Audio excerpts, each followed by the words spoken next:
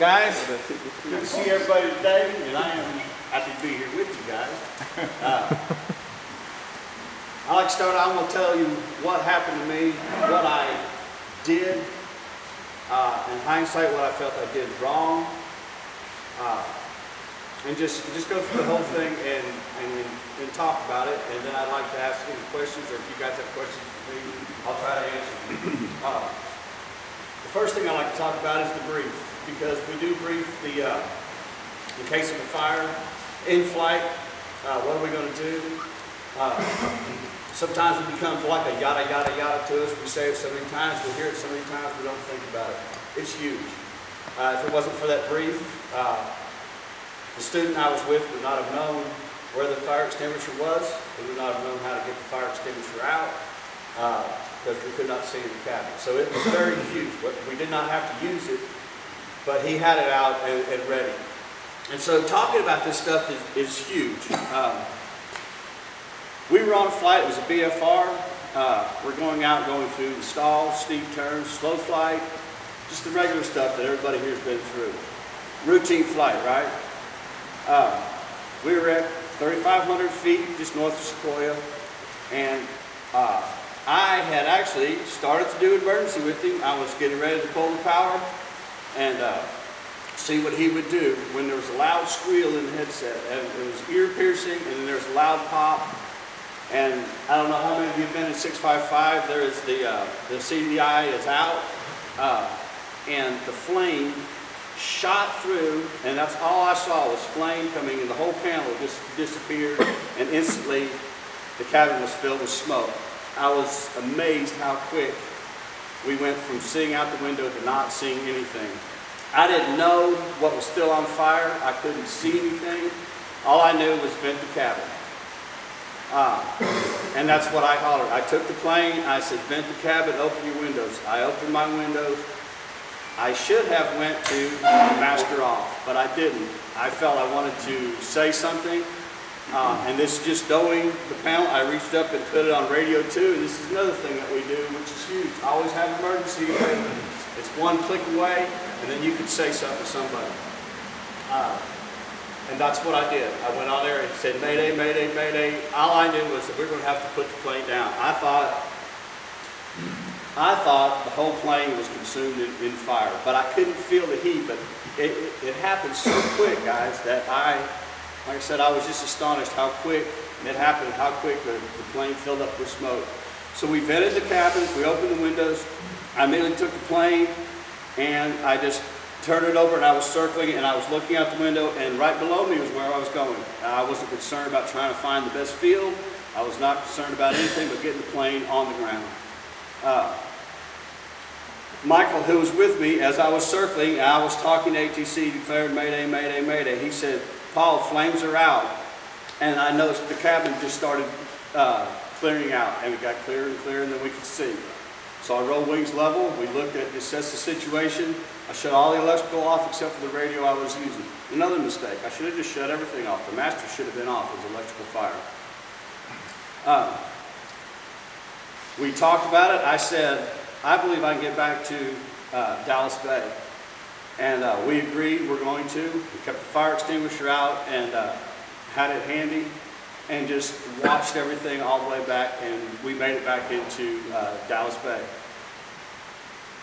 I was amazed how calm both of us stayed. We weren't panicking. We talked about it. After we had got the plane stabilized, what we wanted to do, and then we followed through with what we talked about.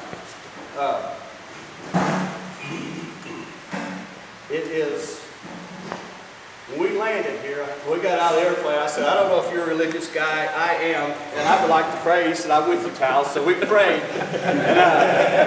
And we thanked the Lord that we got back down. I went in here and debriefed him. It was a BFR, and obviously he passed. There's got to be any argument about that. And we were just thankful we were on the ground.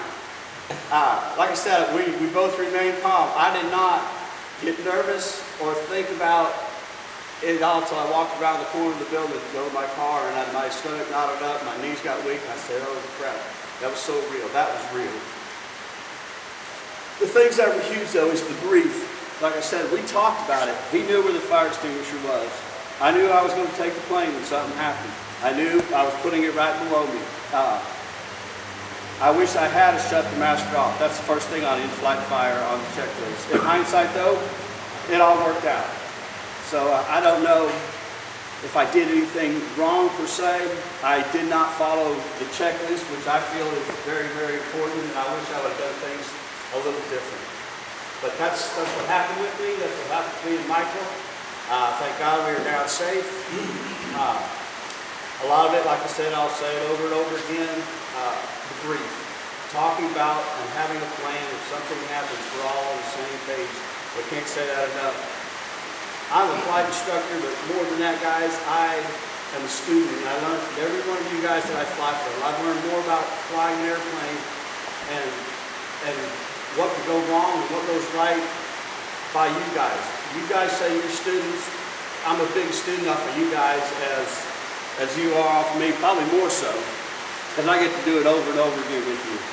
And I don't take that lightly. It's very huge to me that we get to do this, can learn more and more about aviation, can share it with one another, and it's just not something to take lightly that we're doing. This is something we all love. We love these airplanes. And that we can share it and spend time together in it is huge, but always safety first, and that starts with these briefs and everybody being on the same page. And like I said, sometimes they become a yada, yada, yada to us, but not anymore. Not anymore. And it's when emergency happens, it is unbelievable how real and how all of a sudden it's not training anymore. This is real and it's really happening.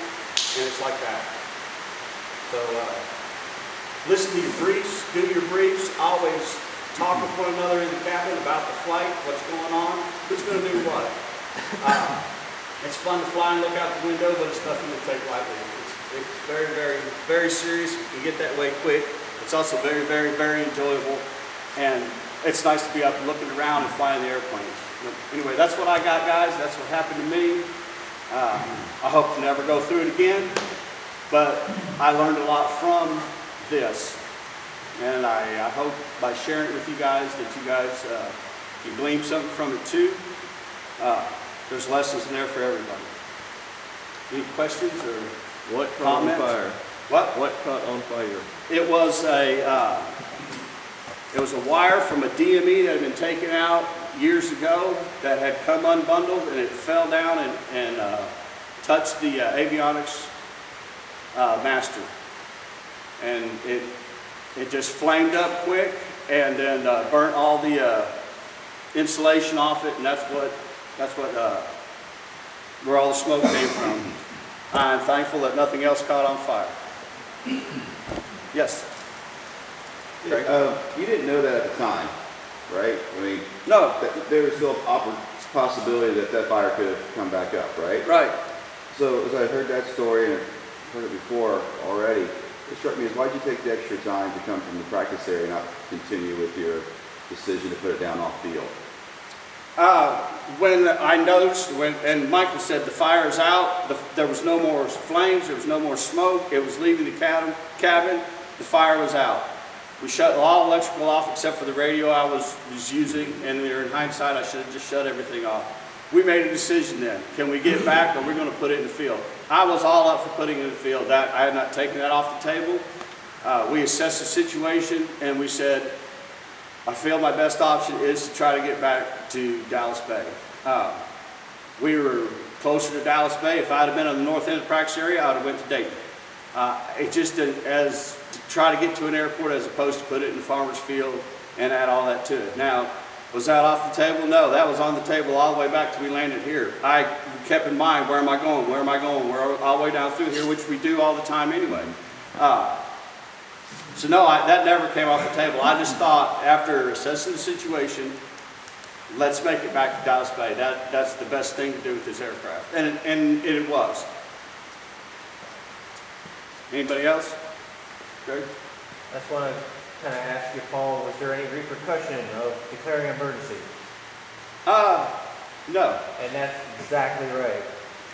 If anything ever goes wrong, never hesitate to declare an emergency. You get all the help to you right away, immediately. You know, people think maybe in the back of their mind, oh no, if I declare emergency, FAA is going to come after me and go after my license. No. They're there to help you. And if anything's wrong, Mayday, Mayday, Mayday, 120.15 or any other radio you're on. We'll help you out. No, there's no problem at all. Just, But you switched to Chattanooga, right? I did talk with Chattanooga. I did declare emergency on 121.5, and then I did switch over to Chattanooga. Why, I don't know, mostly because I know those guys. It's a familiar voice. They moved you. Do what? They moved you. They moved I me followed over. your radio transmissions. They moved you. And also kudos to Tom, who was landing and came back out to see where the crash site was going to be and see if we were okay. I appreciate that, Tom. And Just let them go down. Tom stayed on the radio all the time, and like I said, it is good to hear a voice that you know, that's comforting. It's good to know someone's coming back, looking for you. So thank you very much, Tom. Yeah, I know we talk about what we do when we're declaring an emergency, but we probably don't go all the way through and talk about the communications that you have after the fact that we've declared an emergency. And I'm just curious, what were those communications that you had after you declared emergency, and what did they do to help you through that situation? I just said, Mayday, Mayday, Mayday. We have an in-flight fire. We're going to be landing off-field north of Sequoia. I believe I said. I'm not really sure everything. They came back over, wanted to know how many people were on board. And he said squawk 777, which I should have done, but hadn't done yet.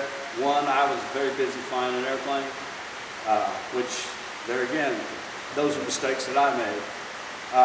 They were good with talking, where are you? Tom, a lot of it went, I was busy. They'd say something, I'm not sure what all it said back. Tom heard the whole conversation. He may could allude to it a little bit more than I can. It was strange from our perspective hearing Mayday, Mayday, Mayday. Actually, I was flying with Evan, and I looked at Evan and I said, Paul really shouldn't key his mic when he's doing, simulated engine stuff. And then I looked down and saw what radio was transmitting. We were monitoring GUARD as well, 121.5. And I looked at Evan and I'm like, oh crap, that's real. I think we were almost to beam the numbers. I took the plane, powered up, right back to his last known position, following radio transmissions. It was interesting how many, I don't remember how many centers came back, but we were talking to Atlanta, Memphis, Nashville. I don't know, everybody kind of came in. They were narrowing down where he's at after he squawked 7,700, took him to 125.1, which is Chattanooga. We followed suit. Chattanooga then took him to another frequency to get him off the main channel. 126 something, I don't know. At that point, I let them know, because we were obviously another radar blip out there, that we were en route to last known position. He had already, at that point, said, fire's out, we're headed back to Dallas Bay. We were west of 27, just following transmissions. As he got downwind, he went to Chattanooga, or to Dallas Bay. We followed suit. When he landed, I went back to Chattanooga to let him know the emergency was over, and then we landed behind him. But yeah, the amount of response and the quickness was interesting from our perspective, and almost overwhelming. Just in the attempt to narrow down where the actual emergency was at. There's no doubt you got friends out there.